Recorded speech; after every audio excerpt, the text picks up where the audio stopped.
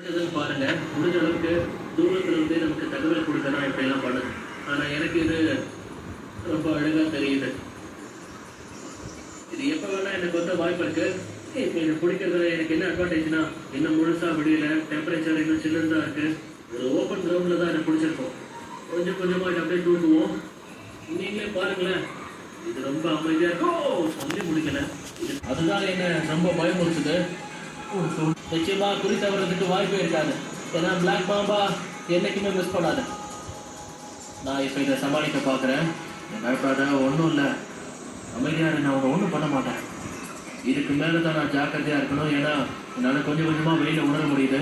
நான் வார்ம் ஆகிற மாதிரியே இதுவும் வார்ம் ஆகிட்டே வரும். அது இதுக்கு எனர்ஜியை கொடுக்கும். இதுக்கு எனர்ஜி வந்துருச்சுன்னா அப்புறம் திரும்பி என்னை கொத்திட்டு போயிடும். இங்க இருக்கிற இந்த ஊர் மக்கள்லாம் பாவம். ஏன்னா இந்த பாம்போட கடி அப்படி இருக்கும், யாரும் உதவி பண்ண முடியாது, ரொம்ப கஷ்டம். ஓகே,